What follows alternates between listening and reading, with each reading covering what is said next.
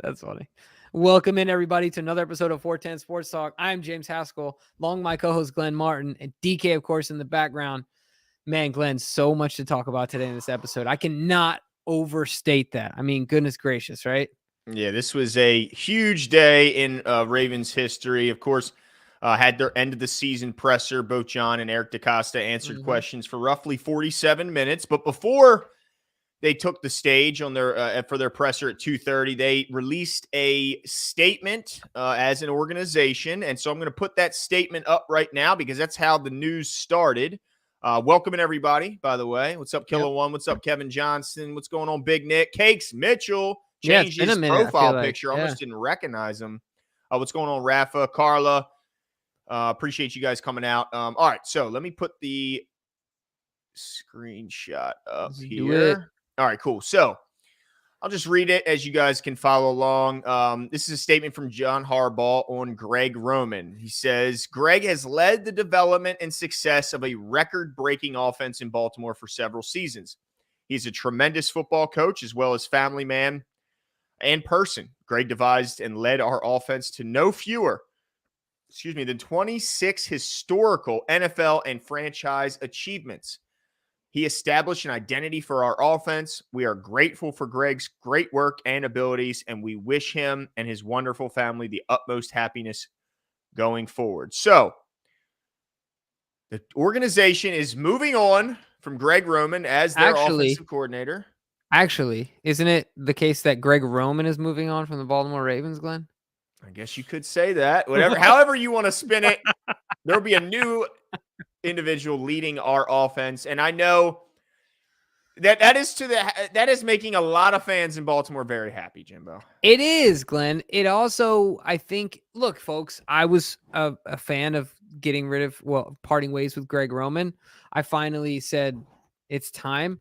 Yeah. I got to say this, though. It does make me nervous. Like, the change makes me a bit nervous. Everyone just assumes that JK is going to be JK. Gus is going to be Gus. Even Lamar's rushing attack is going to be Lamar. Now, Lamar we saw in college. Even JK we saw in college. But, like, it's really it's going to be interesting to see how this rushing attack continues to maintain its identity without, I'm going to say this without argument, the best formulator of a run attack maybe in NFL history. I mean, certainly the numbers bear themselves, right? Yeah. So it's really going to be interesting to see because John said that this is still our identity.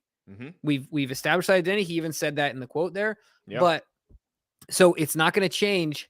But what will it be without Greg? And so I'm not saying I was a fan of keeping him.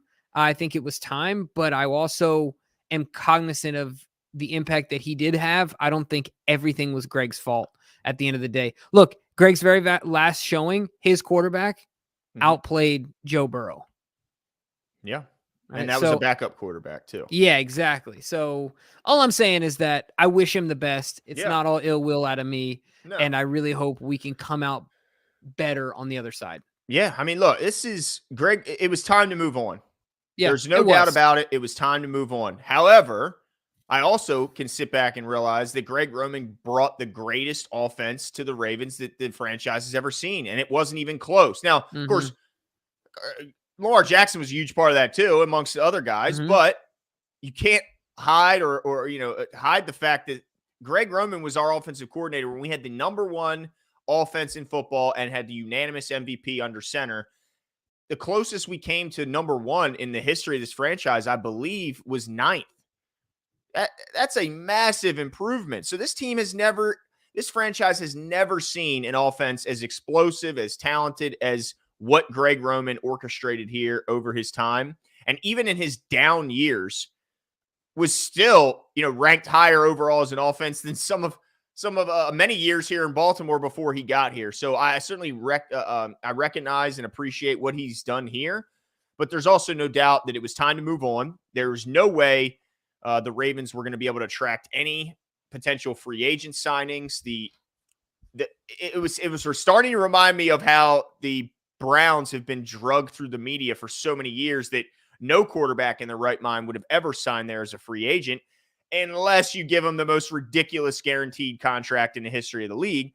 And I was starting to worry that would become just a thing known around the league, that guys are just not going to want to come to Baltimore if you're on the offensive side of the ball, especially at the pass catching position. And that's just something you just can't have. You can't operate when the league believes that this is a completely undesirable place to sign. Yeah. 100%. So on that note, I mean, I kind of want to transition into the next type of conversation. We know about the news with Greg, and obviously some of that bleeds into the presser. And one of the things I want to talk about with the press conference, if you guys haven't seen it, of course, like Glenn mentioned, John and Eric got up there and gave their season-ending presser, but really around what happens next from an OC perspective. One of the things that was interesting is John said that Lamar Jackson will be involved in this process and have some input, and will be, have conversations with John in regards to that. But have there been any other names or thoughts that have come to your mind as potential fits for the Ravens, Glenn? I mean, everyone's throwing around Byron Leftwich, and I get it because he's a name we all recognize. Most people watched him play, and now we're seeing him climb the coaching ranks. I certainly have my doubts there, since he's been there. They've gone down every year in their production. Their run game was horrible. Now, you can say they had a horrible rash of injuries on offensive line, and I think there's certainly validity to that. But they also had the GOAT under center, and they had a ridiculous array of weapons. So I have my doubts on whether how much influence he really had in making them successful, and how much of that was a combination of Tom Brady and Bruce Arians. So I'm not so sure what we really know about Byron Leftwich. Let's see. Jeff Zrebick tweeted out, Harbaugh said he and Lamar Jackson have already spoken about the offensive coordinator decision. Well, I certainly hope so. If you want this guy to be your franchise quarterback, he's got to be at least somewhat involved in the decision of who is going to be calling the plays for him. But I see Frank Reich in there. I like Frank Reich. I just think Frank's going to get a head coaching job. And here's the other factor in this, Jimbo. There are now 10 teams in the league without an offensive coordinator. The Ravens, the Bucks, Chargers, Commanders, Titans, Rams, Jets, Patriots, Colts, and Cardinals. So this isn't the only gig in town. So there may be one desirable candidate that all the teams are hoping to land, and he's going to have his pick of which he wants. And so I ask you this, Jimbo.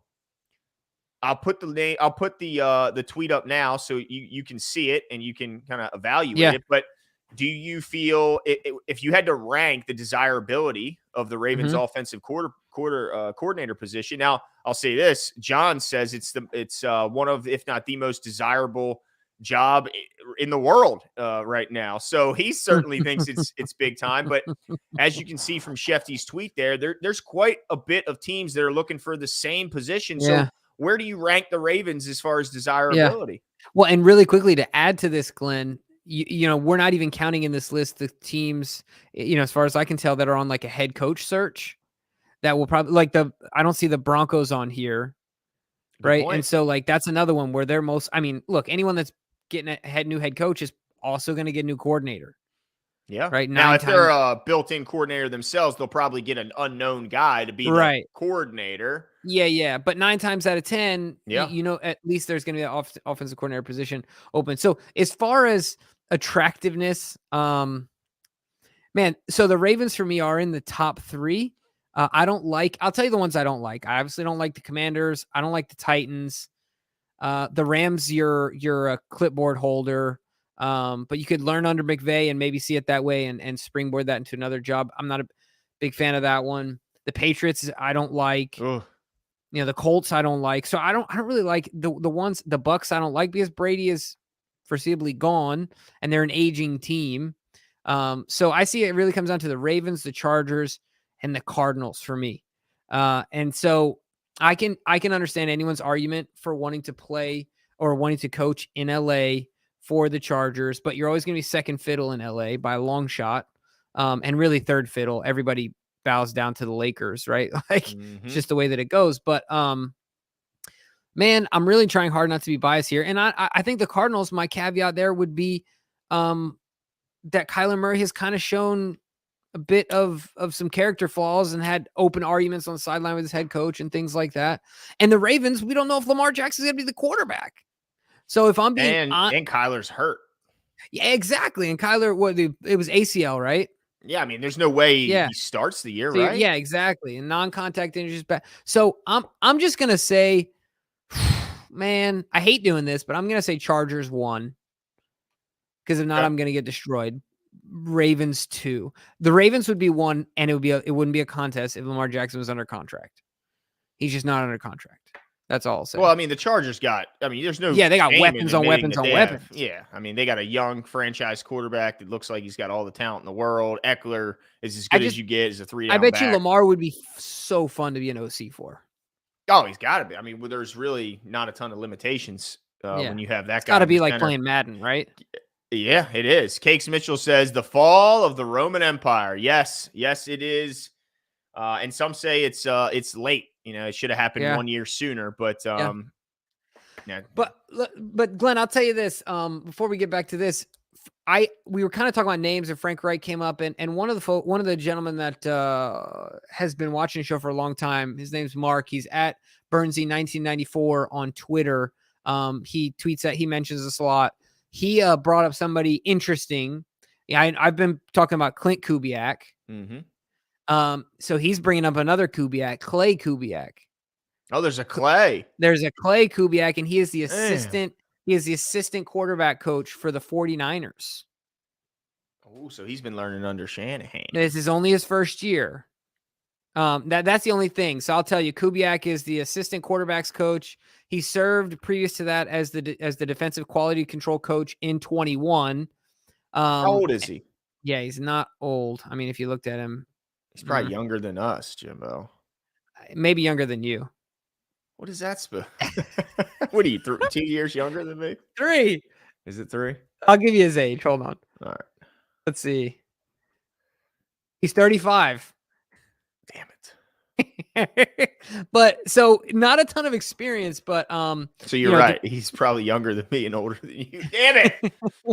So previous to me at the 49ers, he was a head coach of Strake Jesuit College Prep in Houston. Oof. However, if any of you have ever watched football in Texas, I've only been to a stadium there. I went to the stadium where Kyler Murray played high school football. It's just as nice as the Terp Stadium. Like, no exaggeration. I mean, it's ridiculous.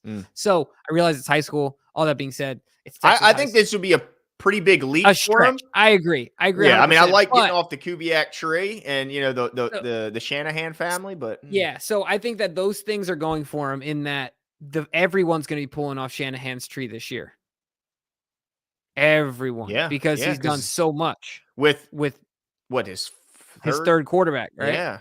And he looks like a Hall of Famer right out the gate. Yeah, so I'll say that. And then obviously having the connections to Koob is going to be. So I'm just saying the Ravens have done the dark horse thing in before. They obviously did it with John.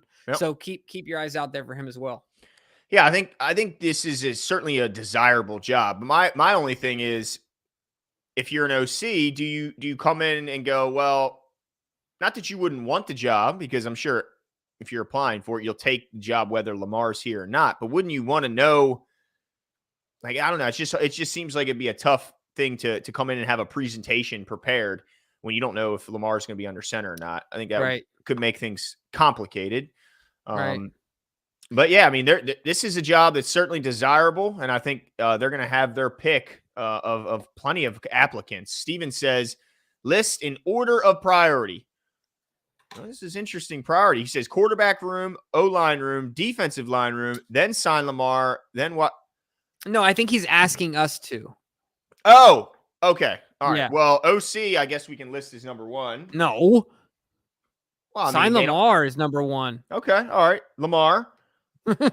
Lamar's 1. OC's 2. The OC. No, I'm kidding. Come on. Yeah, OC 2. OC 2. Wide receiver 3. Yeah.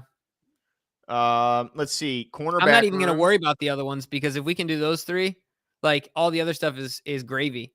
Yeah, I would say, though, cornerback room, then D-line, and the last one, and this is great. The last worry is offensive line, because right now it's just Ben Powers. And it pretty much. And we got plenty of fill-ins. Not that they'll be Ben, but like you got Ben Cleveland, who's played well in spots. And I think there's areas where Ben Cleveland's better at than Ben Powers. He might not have the mobility of Ben Powers, but I bet he can fire off the ball and move the move the guy in front of him a little bit better than Ben Powers could. Yeah, and even Faalele could step in. You know, I know they were grooming him That's to a be big right ass guard. exactly, just the That's most a big ass you guard, know what I'm boy. saying? Like, But they could could you find that, and I think it's pretty obvious that Ben Powers is gonna be gone. If you saw him when they Yeah, asked Eric DeCosta, he all but said, "We can't afford that guy." He made right. himself a lot of money. Happy for Ben Powers. Yeah, I mean, good this is for a guy him, we thought would struggle to make the man. roster. He starts every game, misses 0 snaps, and now he's going to be set up for his lifetime and probably his children's lifetime with the contract he's going to sign. So shout out to Ben. Yeah, absolutely. I couldn't agree more. I'm happy for him. I liked his presser. Yeah. His little at his locker, post what was it there in the cleanup or whatever. Yep. Happy for him, and of course he'll always be remembered for the Mo Gaba pick. I saw that live, which was really I didn't realize how important that was at that moment. Yeah. I remember standing there thinking this is so cool, and like you get goosebumps when Evan Washburn up there and hands him the mic, and he just nailed it. Like, it was so cool, man. So, yeah, shout out to Mo Gaba. Legend. Sean says, "Evening, gentlemen. Very happy today. Bright future for the Ravens after today. I love that they are including, Lamar in the hiring process." Yeah, I mean, I tell you, it was so encouraging is that Eric DeCosta mentioned that, he said a few things about Lamar. He truly believes, and I believe him when he says it, that he truly believes Lamar wants to finish his contract here. And if that's the case, or finish his career here, if that's the case, you certainly include Lamar in the process of hiring. And also, couldn't see, when he was asked about, whether he'd be the quarterback starting in 2023 season, he said he can't imagine why not. So at the very least, I think it's pretty safe to say that he'll be there this season. And so here we go. Appreciate it. Yeah, Harbaugh says, Lamar Jackson is our quarterback. I love Lamar. Eric loves Lamar. I'm going to have faith that it's going to get done. It's going to get done. John trying to speak it into existence right there. And I love it. Yeah, so you gotta ask Lamar, even if it's just this season, because if it is just this season, it's a franchise tag. For one, it severely limits what you can do away from Lamar because you have a $40-some million cap hit. So, man, if they get him linked up to a long-term deal, it's probably half of that. So either way, you got to ask Lamar and make sure he's comfortable, because if it's all 1 year, all in, then he better be comfortable. If it's long-term, then we hope he's comfortable. So, yeah, either way, it's good to ask and include Lamar in the conversation. Yeah, for sure. Now, the only thing I will say, Glenn, that you mentioned is, to me, it's not a foregone conclusion that Lamar is here next year, even with the tag. It's not, you know what I mean? I still don't know if they tag and let him play it out. Even after today's presser, Eric was asked point blank about that scenario, and he was like, we're not even entertaining that now. Yeah. We're singularly focused. But he didn't say no. Right. He could have just said no. They could have. You know what I mean? He could have just flat out said, no, we're not entertaining trades. He just simply said, we're not thinking about that right now, and we're singularly focused on getting the deal done. Yeah, I the way John talk, I don't know. I feel like they'll just franchise him. I can't imagine him. But when they look at this roster, I mean, they said it themselves. They said they really don't expect many changes to running back, tight end, or offensive line. They're going to build the wide receiver room. If they're standing pat, it just seems like if they feel like they're that good at all those positions and only a wide receiver away, like, you give up your quarterback, you're kind of starting over. And even John said, he jokes and says, I'm too old for a rebuild, He's at this point not ready to take on and if you trade Lamar Jackson, isn't that a complete rebuild? Like, you're tearing it down. And so everything they're saying suggests to me that at the very least, there's one more all-in year left ahead of us. But I still think that they're optimistic about getting a long-term deal done. Yeah, I do too. I absolutely do. But I think that I know that we're going to get into some other lives here. Let's see. DeCosta said the team singularly focused on a long-term extension with Jackson, wasn't interested in discussing trading Jackson. Right. But No, I mean, once again, he could have unequivocally just said, no, we're not trading him. Like, you know what I mean? He's playing under the tag. Yeah. But Eric's also no dummy. There's something else that I just want to mention as an aside. I decided today that if Lamar Jackson gets a deal and is here with the Ravens long term, the Ravens are going to buck the trend in this. And DK, I think you'll find this particularly interesting. Glenn, we've talked about this as well. All the teams, even this year, I think it was only 3 of the top 10 paid quarterbacks made the playoffs. I think is what the number was. I know the top 3 didn't. Right. So whatever, it was a crazy number in favor of not teams building around a lower paid quarterback. But I think that with Lamar being what I consider to be the highest return on investment per dollar as a football player in the NFL right now, and I think that Eric DeCosta, people drag him, but I think he can get creative through the draft, through free agency, through all these other means to build a roster in a financially sound way where you can have a deep team and still pay a quarterback. I think that the Ravens will, if they end up paying Lamar that money that he wants or close to it, they will buck the trend and be able to do it. I don't think it's easy. I don't think any GM can do it, but I have a lot of faith in Eric DeCosta and his team to be able to do it. So I'm less concerned about that than I was before. Yeah, well, they're not going to be the team that just mortgages their future for one all-in season. Like he said all but the Rams. Yeah, you heard him say that today. Yeah, right? and the Rams won, so it worked out. But just imagine had they not won, and look at where they're at now and take away that Super Bowl. It's disastrous. Now they won, so it doesn't matter. But they could have not won, and then it's a complete and total disaster, and they've mortgaged their future for a playoff run that ended without a Super Bowl. Hey, what's going on, Scott? In the chat. Yeah, appreciate you jumping in here. I absolutely want Lamar back. Yeah. Do not want to do a trade unless that's the only avenue to get some compensation for him leaving.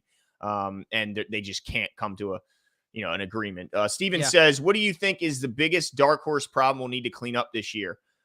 Well, I'll say this. I think the big area where we can celebrate, and they asked about it, they talked about it, is the changes they made to their training program that some people criticize. They say, wait, later starts, starting in the afternoon and not in the morning. That's kind of odd and all this stuff.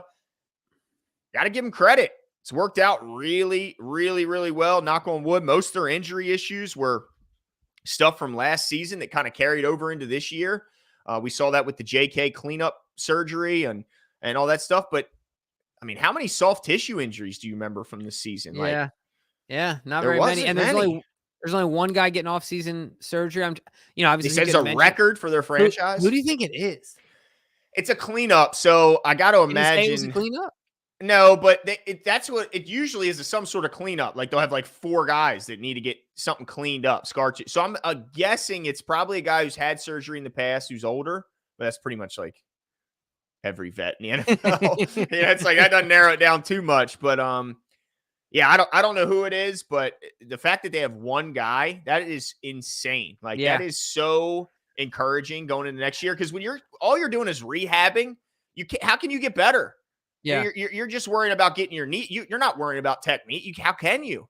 So I'm excited to see what Ronnie is next year, dude. Dude, he's gonna be an absolute monster. Yeah. I can't wait. I mean, there's so many guys on this team that have been battling injury every offseason. This year, I mean, just imagine what J.K. Dobbins is going to look like next year.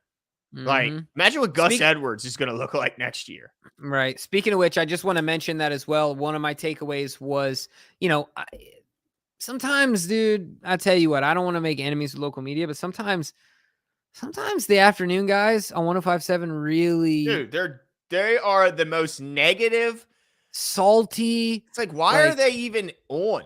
I don't get it.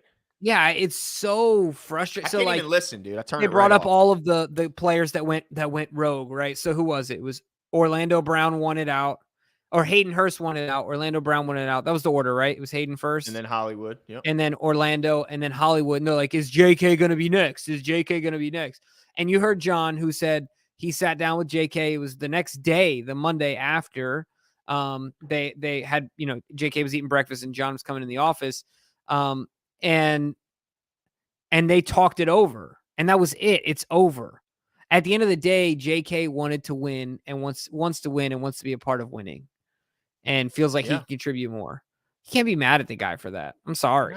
No. And I'm sure a lot of his frustration was geared towards Greg, and Greg's gone. So it's like, I'm sure he was, it's just tough, because I think running backs thrive. It's just like RG3 said in his tweet. That running backs, tight ends, O-linemen thrive and love this offense. Pass catchers, specifically wide receivers, don't. That's Mhm. so. I don't think J.K. would be happier in a different place. I just think he was salty, and I get it. Everybody was salty after that loss. Adam78 says, with a new OC, do you think Harbaugh will change his offense philosophy? Stop being run heavy and relying on defense all the time and a balanced offense. I don't think he ever intended or wanted to not have a balanced offense, but you certainly can have a choice Yeah. of whether you'll lean more passing or rushing. I don't think we'll ever, as long as John's here, and I really hope we don't ever get away completely with being a run. Yeah. We want to be a physical. It's the AFC North. It's going to get cold. It's going to get rainy. It's going to get nasty. They want to be a team that can run the ball and stop the run first and foremost. And I hope that philosophy doesn't change. But we got to have a team, an offense that can have a complementary passing game to go along with your run game. And that's where Greg fell short. And that's why he's no longer here. Well, and I'll be honest with you, Glenn. One of the things I do like about John is I don't think he's rigid in his philosophy. He doesn't come in and instill his, he doesn't come in with his playbook, right? He wants to hire the best OC that he can, because we've seen, all depending on personnel and coaching, but, focusing on personnel, we've seen, the 2012 team looks much different than the 2019 team did, right? Like in style. And both of them were obviously coached under John Harbaugh. So I don't know if John has a fixed style, right? Like obviously we want to run the ball, and we've built this team, this roster to run the football. So we're going to keep doing that. But I think balance is always the goal for sure. Hey, Jimbo, you got a dirty mic, dude? It's lint. All right. I got some lint on it. Does it look like slobber, chat? No, it's just freaking lint, guys. Jeez. Get that cleaned up. Steven says, I know the other day you said you don't want D-Hop. Well, I don't know if we quite said that, but yeah, not for his current deal with wanting to re-up him under those conditions. Yeah, I would take him under his current deal. Oh, right, but like he wants he's not going to want to come here because he has a no trade clause. He can if it's on a trade, he can pick wherever he wants to go. He's not going to want to come here because the Ravens aren't going to re-up him at what 30. How old is he now? 31, I believe. Yeah, it's not happening. They're not going to give him a long-term deal, but if the deal was, could you trade him for his current contract that has 2 years left and is reasonable, then I think absolutely they would. But he's not going to waive his no trade clause unless the team is guaranteeing him an extension. But to further his comment, to read the rest of it, he says, but he is more a Steve Smith, Anquan Bolden than Willie Snead, Mike Wallace, or Michael Crabtree. And he makes big plays when it matters. Then draft a wide receiver in the second round. They don't have a second-round pick. They traded that for Roquan Smith. So they only have 5 picks. What now, Steven? What now? No, but I would say this. No doubt I would love to have DeAndre Hopkins here in Baltimore. This dude is still a freak of nature. He makes unbelievable catch after unbelievable. He's physical. He would fit like what people would want. He plays like a Raven, all that stuff. But I think he's too damn expensive. Yeah, and Glenn, you said it before. You brought up a good point in one of our previous shows that he's most likely going to get released and then, going to be looking for a deal somewhere. But like you said, I'll say this. The Ravens could come in and make a splash bid, but Lamar would obviously already have to be signed. And all that being said, I still think the chances are slight because if you guys recall, he negotiated a deal in which made him the most amount of guaranteed money for a non-quarterback when the time he signed with the Cardinals with no agent. So when you get that as your previous deal, I don't care what your situation is. I don't know how much of a decrease you're wanting. No one wants to pay decrease. No, especially not when this is his last opportunity. Yeah, to really bank it. Yeah, there's no chance. But there are some unrestricted free agents, Jimbo. I'm just gonna, we're not gonna spend a ton of time, but I just want to give you a couple names. We got certainly Alan Lazard. Because I think this is fair because one of the takeaways was the wide receiver group took on water, right? Yep. And I think that it's safe to say, in my opinion, that when they add to this group, I think it's going to be through free agency or trade. Maybe a back end of the pick, a draft pick, but I do not think they spend another top pick after they did it 2 out of the last, a few years. They've taken a first-round wide receiver. I don't see it. With only 5 picks, I don't see it. I think they add a veteran. And really, this group would need a veteran more than another young guy, in my opinion anyway. But Cake says, do you think the plan is still to plan on Bateman being the number 1 and add pieces around him or look to bring in a stud like Hop? I mean, I just don't know if they want to pay that kind of money. Like, I don't think that philosophy's changed, and that I still don't think they want to spend $30 million on a receiver. And I think that it's an if-then statement, Cake. So, like, if the price is right, then we're going to change our plan, right? If we Yeah. cannot find a guy, then Bate is our number one. I And don't it think it's also could be if we can get a deal done with Lamar and cut his cap number down, or if we have to franchise him, it's 43 million. I mean, then if it's maybe we can go out and get Hop, right? exactly. I mean, I think signing Lamar will be a big, you know, Mhm. shout out. Shout out, Jimbo. Light went out. That's right, You know, it lights ain't out. alive until the light goes out. Short. All right, I'll be right back. You ain't want to take Oh, me out. So yeah. DeCosta said the Ravens took on water at the wide receiver position. I think that was saying it lightly too. I mean, that was a pretty nice way of saying it. Said it will be looked at through draft, free agency, and potential trades. Yeah, I do believe whatever anyone wants to say about Eric DeCosta. I really like Eric DeCosta, but I know a lot of people don't. He will turn over every leaf. I firmly believe that.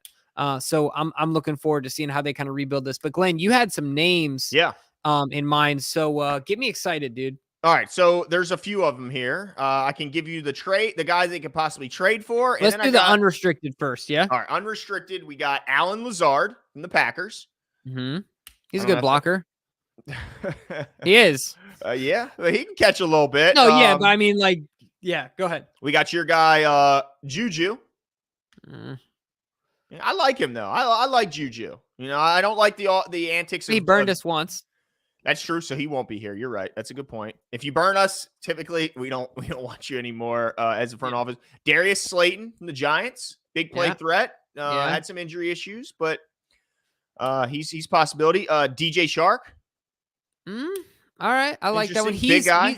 Yeah, and they have the number one in Detroit, right? He's in Detroit, right? Yeah, I think they got what's the guy? They got Two last St. names. Brown. Yeah, St. Brown. There it is. Yep. Yeah, and they got the young guy, Jamison Williams, who came from Alabama, who really just started like halfway through the season. Who is and then ridiculous. Oh my God, his speed is. They say he's the next Tyreek Hill. And then you got Odell Beckham Jr. and Jarvis Landry. Now Jarvis Landry, he's had some injury concerns, more of a possession receiver than a big play threat. He's been linked to the Ravens forever. Yeah, so I don't know. None of those names get me crazy excited, but I wouldn't be mad if they add Juju. I think Juju fits. What if we got Jarvis and OBJ on a package deal again? You ready for that? No. No. I want guys who I think will be able to be there, throughout the whole season and when it matters most at the end. And I just don't see it with those guys. I think DJ Chark would be interesting as well. DK, you got a name there as well? All right. Oh, yeah. Oh, Chark. He likes Chark. Yeah. I think that would be an interesting one. Still fairly young. Now, there's some trade guys. Yeah, let's hear what you thinking. Yep. We got D-Hop, of course, who could end up being a free agent. I don't know about this name. This name's on a list. Terry McLaurin. To me, he's already got a big deal. He's the heart and soul of their team. I think he stays with the Commanders. It just depends on whether or not they blow it up. But what I would love me some Terry McLaurin. Me too, dude. I mean, that dude is a dog. Yeah. And he's dying for more. Now, go ahead. Keep Mike going Evans. Mike Evans just popped up. I think Mike Evans and Chris Godwin, if Brady's not back, I think they break that team down and maybe both are up for sale. Yeah. Oh, man. I would love to have Mike Evans. No doubt. Let's see. We got. I would give up. I think DJ Moore. DJ Moore's a guy who I'd like to have. He's a guy you can pretty much put in any system. I think he'll be successful. Adam Thielen getting a little long in the tooth. Maybe not the best fit here. I think he's more of a possession, but he's a red zone threat. I mean, this guy's caught 14 touchdowns in a season, so he can get it done in the red area. And let's see, Jerry Jeudy, Van Jefferson, and Hunter Renfrow. Yeah. Well, and I'm surprised, I guess, Brandon Cooks wasn't on because he's probably going to get released. I think he's going to be a free agent. Yeah. Yeah. I think the one that gets me most excited from a trade perspective, who did I just say? Mike Evans, Chris Godwin. Yeah. There you go. Mike Evans. I mean, obviously, Mike Evans or Chris Godwin, one of those two would get me the most excited. Dude, Mike Evans, first of all, he's always plays. He always gets more than 1,000 yards, and he always catches a ton of touchdowns. So, I'm all in for Mike Evans. I wanted him. I remember he got drafted 6 overall. I wanted that dude so bad to come to Baltimore. Mm-hmm. With the braces and all, dude. Remember that? No chance he was getting past, down to where we were picking. Yeah, nah, for sure. But, man, Mike Evans, he would be incredible. Chris Godwin as well. I mean, Chris is a really good player. I know. What do you think about – I don't know – it'll be interesting to see what these other teams do. Like, do the Denver Broncos? I don't know if the Denver Broncos are going to start blowing it up. You talk about Cortland Sutton and Jerry Jeudy, and I know Jerry was Yeah. the only one on the list, but I don't know. I mean, it sounds like they're going to get Sean Payton, and that means they're going to be in win now mode if he can fix Russ. No doubt. I don't think Sean Payton's coming back with Russ under that contract and looking to restart. Yeah. But yeah. Are there we any still don't names know that get where you he goes. excited? Other than, I mean, I mentioned Mike, but are there any other names? I mean, D-Hop, he does, Yeah. but I don't see how realistic that is. What do you think about Michael Thomas? You think he's got any ball left in him? You know what? And Michael Thomas just unfollowed Jameis Winston and just started following Lamar Jackson. What? Mm-hmm. Don't drop that little nugget in there like it's I nothing. saw it on Hold Twitter. on. Okay. Yeah. All right. Well, that's Just something. saying. I mean, look, he's been hurt for what, 3 years? Yeah. But I tell you what, dude, I got some crap for picking him in fantasy at the because I drafted, I think it was like 8th or 9th round. And he was putting up numbers for me before he got hurt. Yeah, he was doing well. Problem. He's just always hurt. I don't know if his ankles are ready. Or if they're ever be ready again. Exactly. DJ Moore would get me hype. He's a man. Look, he's a Terp, man. He's a Terp. And when he was a Terp, he was the only Terp. Yeah, that's DK. Yeah, that'd be. Yeah, Terry would be amazing. But he just got the bag, I thought, didn't he? Mm-hmm. So what would the trade look like? Like, what kind of dead money would they have to eat? Like, is it even realistic? Like, but man, yeah, don't get me excited about Terry. Because I like Terry. Get me all excited thinking about what if, when really, I don't even know if that's possible. Yeah. Well, and then obviously later on, Eric said we'll address it in 3 ways: trade, free agency, and the draft. Later on, as the draft gets closer, we'll talk about that. And kind of identify some guys that we would like in each round and things like that. But yeah, I mean, I think Mike Evans, Chris Godwin, but I think it ends up being a DJ Chark, Brandon Cooks type scenario. Usually the Ravens don't get the 1A, 1B, 2A, 2B receivers, but that could change, Glenn. It could. It could. Change. Philosophies change. Priorities change. Let me ask you this. Do you think during the negotiation process, because they talk about how, Eric talks about how you got to separate like the guy from the negotiation, like, because they love Lamar Jackson as a person, as a player, they love everything. But sometimes during negotiation, it can get a little, conversations can get tough. Mm-hmm. With that in mind, do you think they use, I don't even know if use it against him is the right way to say it, but like, do you think that they make it clear to him that the decisions he makes, how they'll affect the team? Like, do you think? You better believe it. This is what Eric is loving about this. He's probably not loving everything about how this negotiation is going, because I think DK, dude, can we give DK a shout out real quick? Because DK said it before Sarah. DK said it before any one of the other Ravens folks that you want to talk about, anyone that follows the Ravens.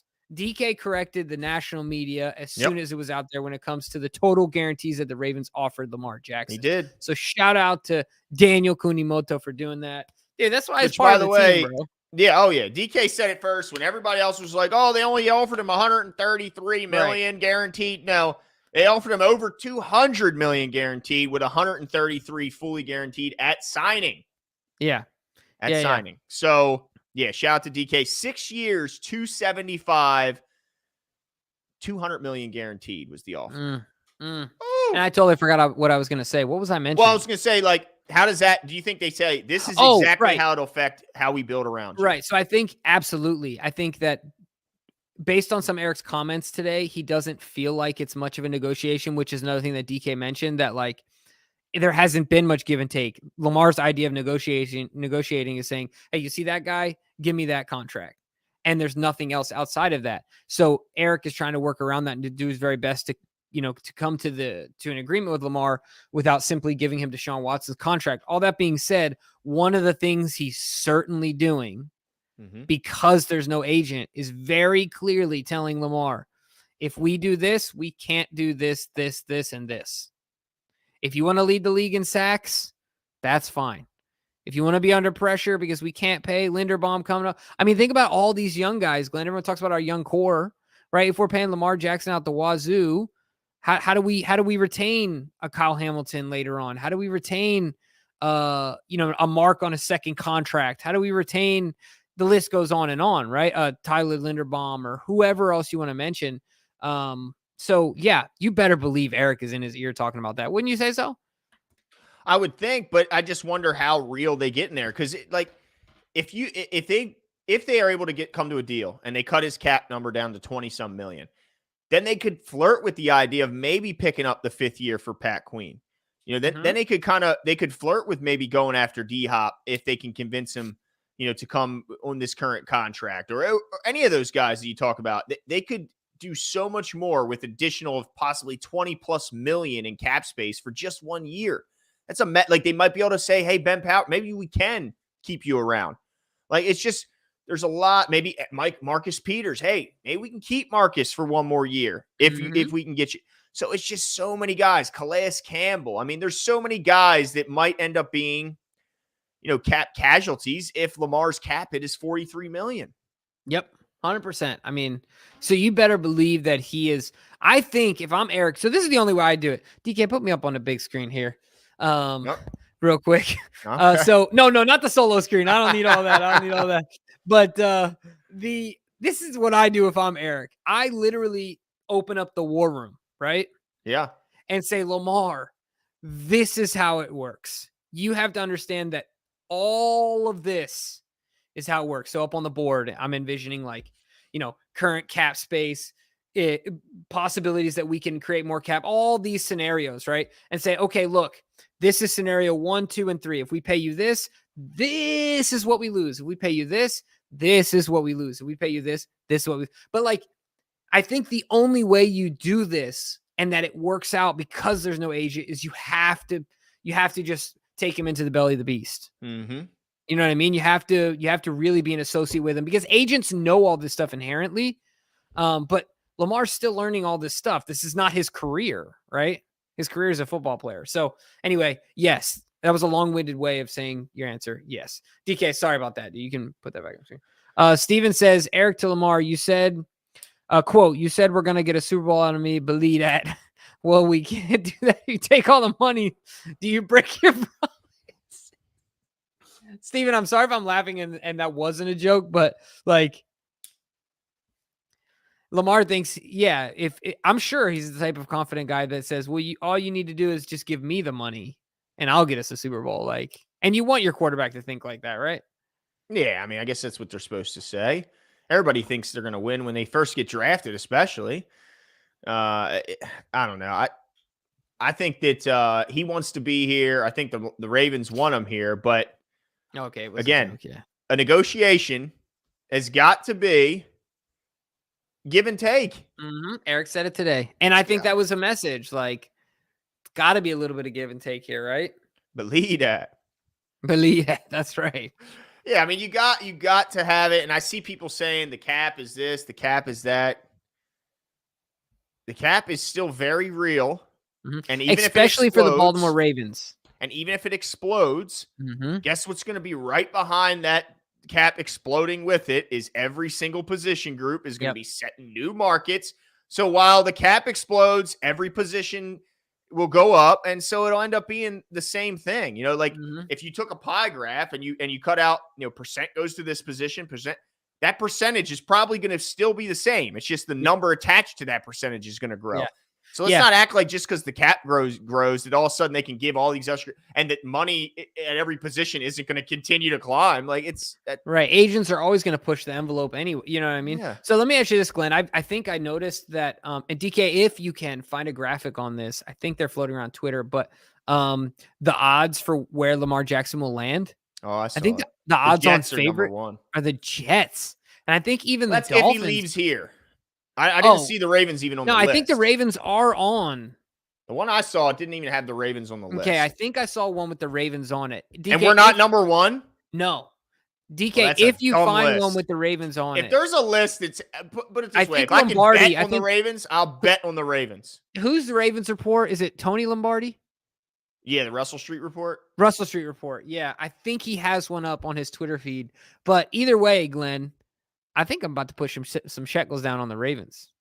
Yeah. If they're not talking about for just next year, I'll put down Collins. Yeah, I mean, I I was don't think there's shocked any when the chance Ravens he's weren't not here available. next year. When you look at the way they respond, the way Everyone they else talk saying a about this lot different. roster, Yeah. but just look at the way they talk about this roster. They act like it's this close. They're not Yeah. talking as if they're going to change everything and blow it up. Right. That's I what didn't you do. realize when Eric said, I didn't realize Ronnie Stanley's deal took a year and a half. Year and a half. And have it nice- took just 1 week after the deal was signed for him to get hurt. Yeah. Man, Eric's like, geez, I could have waited one more week. One more week, man. Save a couple of dollars. Yeah, no kidding. All right, let's see. I think DK's got something here. Okay, bookies.com has developed projected odds as to which team Lamar Jackson ends up on for the 2023 season. Okay, so see, I told you, New Can York. you zoom in on that a little bit, DK, so we can see the odds in the bottom? No? Okay. I got you. There you go. I can't hardly. Oh, there You we see go. it now? Yeah. Okay. That is unbelievable. Mm-hmm. So they're saying the Saints have a better shot at landing. Come on, Jimbo. Jimbo, this is the silliest. Yeah, I'm about to go make some money, dude. And then you know what else I heard? I did hear that somebody said if the Jets get if they get Lamar Jackson, then they better go get Greg Roman too, because he knows how to use them. That's what they said. Lamar Jackson's gonna show up to work all excited, and then he walks in the meeting. Oh, hey, Lamar! man. It's Greg sitting there. Hey, Lamar! Oh, hey, dude, buddy!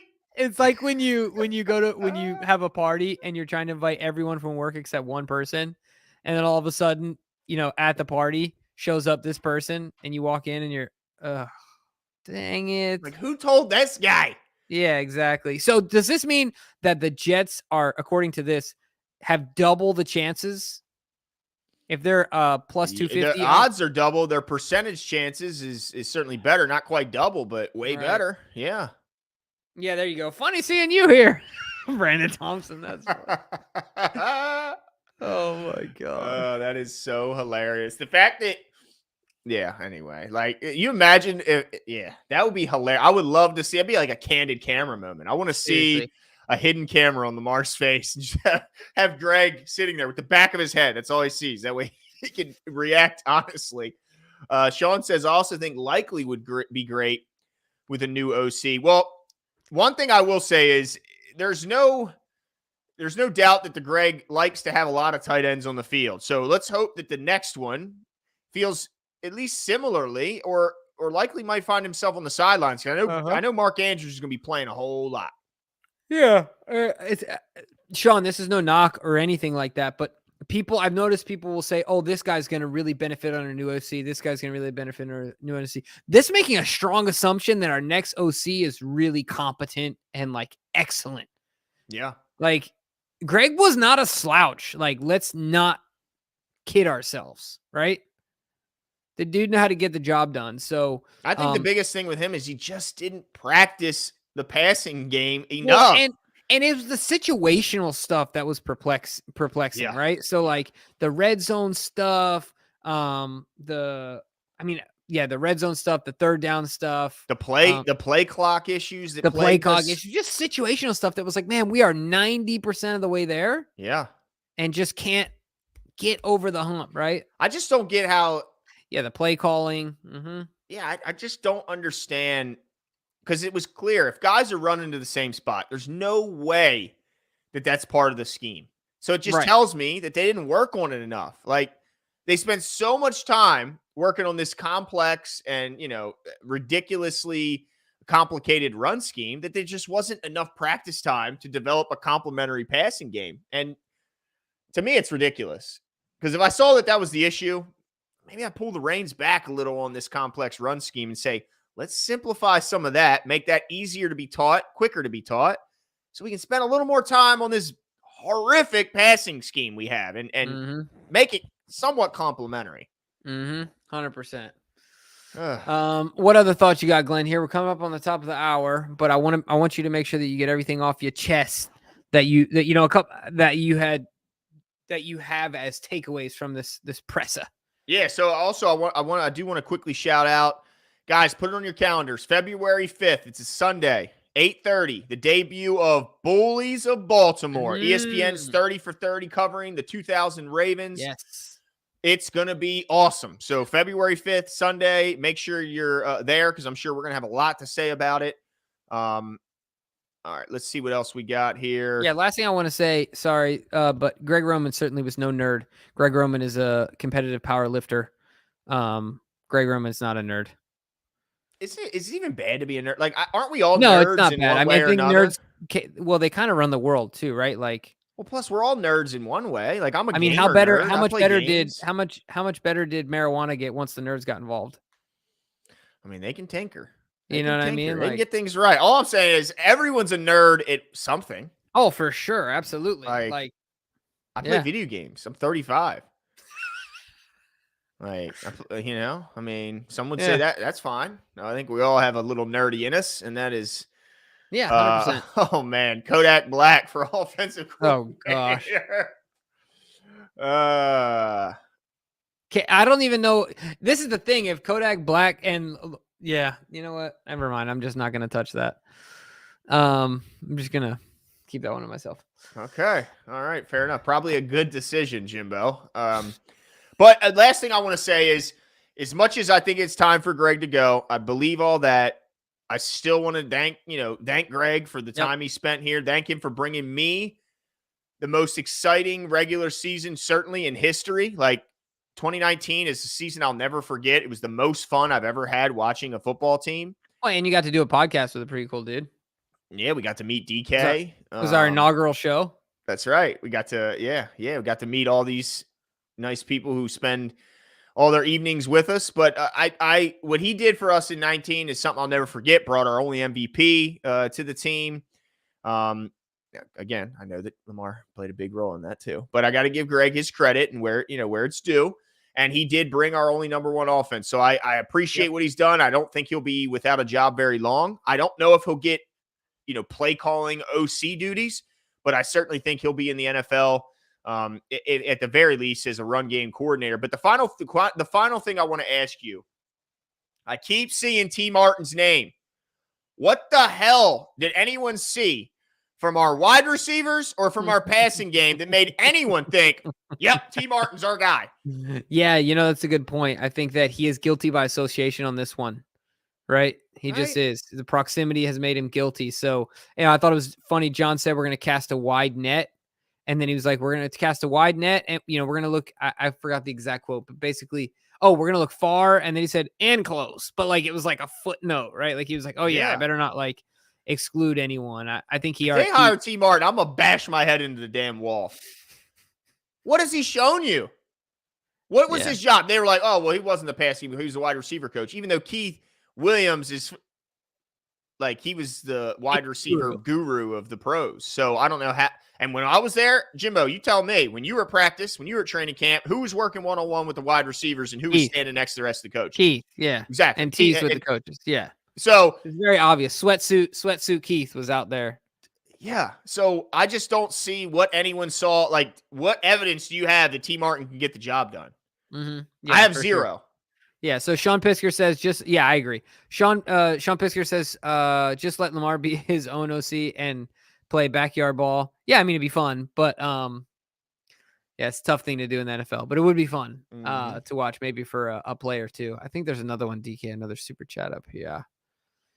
What do we got here? Oh, Tom Votto says, John stated, philosophy and identity of offense will not change. Does this worry you guys? No.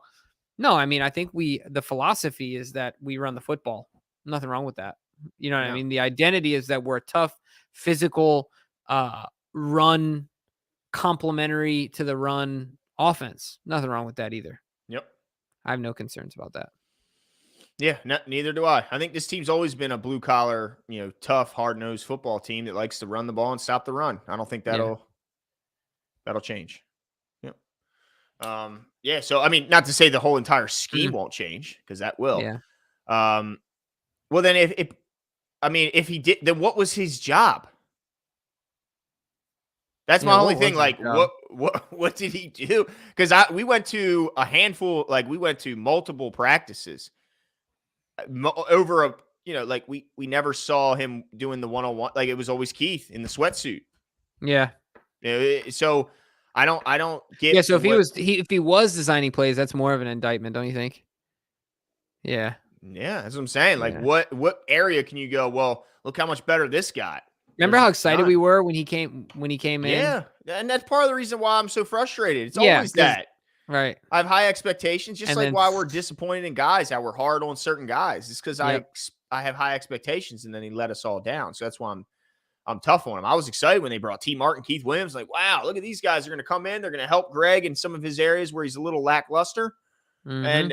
And if anything, I don't think it got any better. Yeah. Well, I'll tell you what, Greg Swansong was the double move. Demarcus That's right. Robinson, the double move for Little the touchdown. sluggo. Yeah, Yeah, buddy. that was sweet. So yeah, no, I think that about wraps up as far as my thoughts on the presser as well. I'm looking forward to it. I'm looking forward to total, rebuild, like they said, the wide receiver room, see what they can do. That'll be where all the moves are made. Like Glenn said, keep the date on your calendar for February 5th. Of course, it's the off season, but this is really the season for us. I mean, this is really where we're going to dig into so much stuff when it comes to position grading, position outlook moving forward. I mean, the list goes on and on. The draft will, be around the corner before we know it. We're going to talk about the OC hiring. We're going to speculate on Lamar's, everything, like anything the Ravens talk about. Obviously, we'll be here to give it to you guys. So we're looking forward to it. Thank you so much for coming out tonight. Glenn, you want to give some shout outs, my man? Absolutely. Shout to CB Alexander. Yep, Wink is in the playoffs. Got a dub. Shout out to Wink. Shout out to the G-Men. Osman, what's going on? Gideon, what's going on? Appreciate you coming out. Paul Jenkins, appreciate you coming out. It was the Sea Blooms, aka Chaos, who's put some interesting chats out here. Entertaining. Paul, I think I already said Paul. What's going on, James? Was certainly involved a lot tonight. The Truth, Sean Pisker, Tom Votto, everybody who came out. Appreciate you guys and your participation. All those who watched silently, appreciate you as well. Yep. That's it for us tonight, but we will be back soon. See ya.